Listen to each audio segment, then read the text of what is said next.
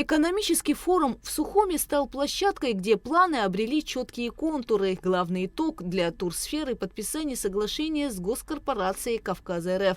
Этот документ не просто протокол о намерениях, а фундамент для создания в республике современных туристических кластеров. «Кавказ-РФ», например, если мы их в пример возьмем, то, что они делают, это одни из последних их удачных проектов. Это проект горнолыжного курорта «Мамисон» в Северной Осетии. И, безусловно, нужно отметить их проект «Прикаспийский» в Дагестане. Огромный кластер у Каспийского моря, прямо на берегу, где будут разного рода отели от 4 до 5 звезд. Вот такого рода отели строятся. Там несколько десятков гектаров застраиваться под вот такой туристический кластер. Они создают свободные экономические зоны, и в эти зоны привлекают инвестиции.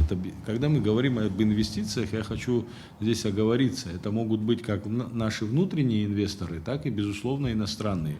Потому как, мне кажется, когда создается зона, свободная экономическая зона, скажем так, и местному инвестору это тоже интересно, да, прийти, принять участие, освободиться от разного рода налогов, скажем так, на какой-то период и реализовать свой успешный проект. Важнейшим катализатором перемен должен стать аэропорт. С расширением географии полетов и появлением новых маршрутов Абхазия станет доступнее. Однако, чтобы воздушная гавань работала круглый год, необходимо развивать восточную часть республики. Если курорты Гагры и Пицунды исторически тяготеют к аэропорту Адлера, то Восточная Абхазия – это прямой ресурс для загрузки собственного аэровокзала. Потому что так или иначе, знаете, вот тут тоже надо сказать правду, и в советское время, скажем так, курорты Гагры обычно заполнялись через аэропорт Адлера. Если мы говорим про наш аэропорт, значит, нужно развивать инфраструктуру вокруг аэропорта, вблизи аэропорта. И вообще, в целом, говоря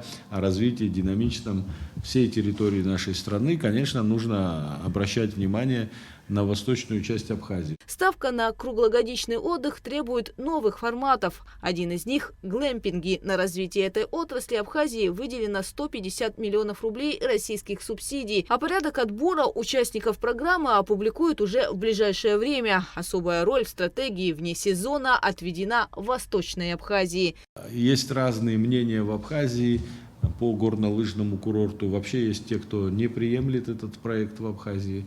А есть те, которые говорят, что он может быть в другой части страны. Но лично я вижу его, было бы, наверное, хорошо. Это был бы такой драйвер развития всего Востока, если бы он появился в Тхварчальском районе. Другое дело, посмотрим, какие инвесторы появятся, кто будет это реализовывать, согласятся ли они с нашими инициативами. Но, тем не менее, надо сказать, что где бы он ни располагался, это большое преимущество, когда мы будем говорить о круглогодичном туризме в Абхазии. Абхазия обладает большим потенциалом для wellness-индустрии. Вообще по всей республике сосредоточено более 170 термальных источников. Оздоровление в сочетании с событийным туризмом призваны обеспечить приток гостей в республику даже в зимние месяцы. В рамках форума наш президент даже не в одном интервью говорил о влиянии событийного туризма на развитие в целом туристической отрасли и на, скажем так, показатели по привлечению гостей и в межсезонье, и в высокий сезон. Тут надо отметить, что нами подготовлен событийный календарь мероприятий, мы его уже презентовали.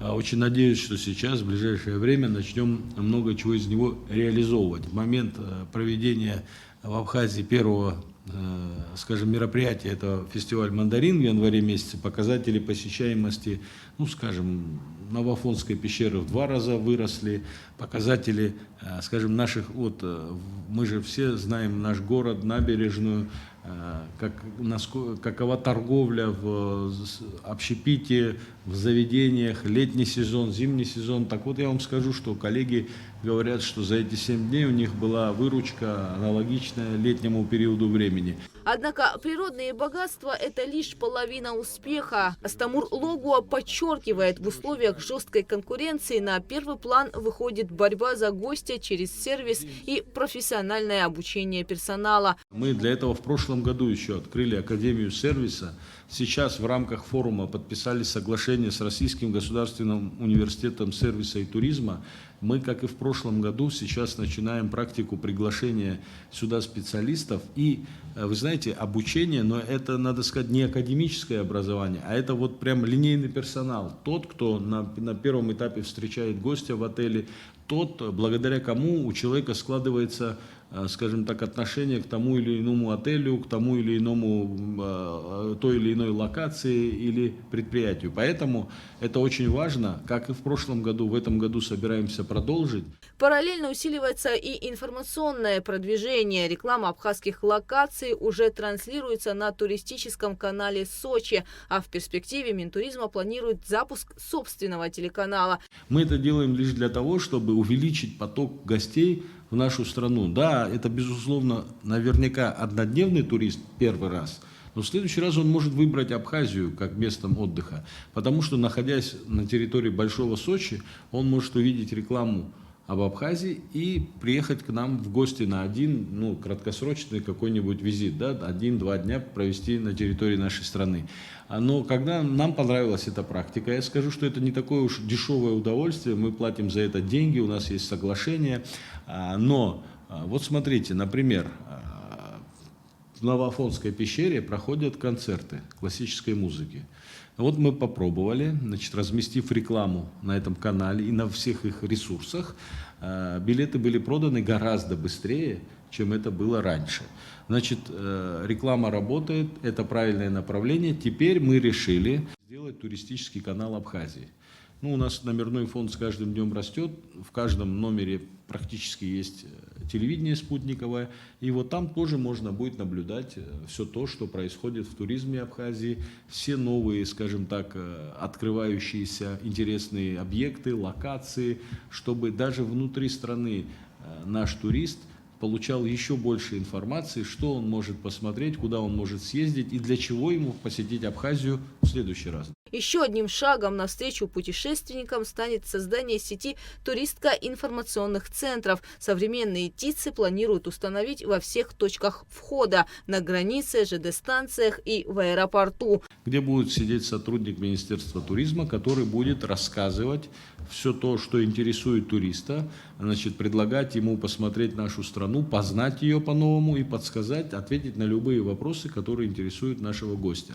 Тут мы нашли возможность коллаборации, скажем так, с бизнесом абхазским, что я считаю очень правильным. И вообще советую нам всем, найти возможность сотрудничества. Вот, например, компания «Аквафон», да, одно из предложений, которое было, они нам радушно предложили свой офис на границе, во-первых, а теперь же история с аэропортом еще интереснее. Вот они готовы, например, в те самолеты, которые летят в Абхазию, сразу в самолете положить сим-карту, чтобы гость мог, сразу, не ища места, где может приобрести, прямо в самолете на своем месте получить сим-карту и пользоваться связью с первой секунды пребывания в Абхазию. Таким образом, туристическая отрасль Абхазии стремится к тому, чтобы быть востребованной не 100 дней в году, а все 365. Гугуца Вардания, Ахрамичба, Абхазское телевидение.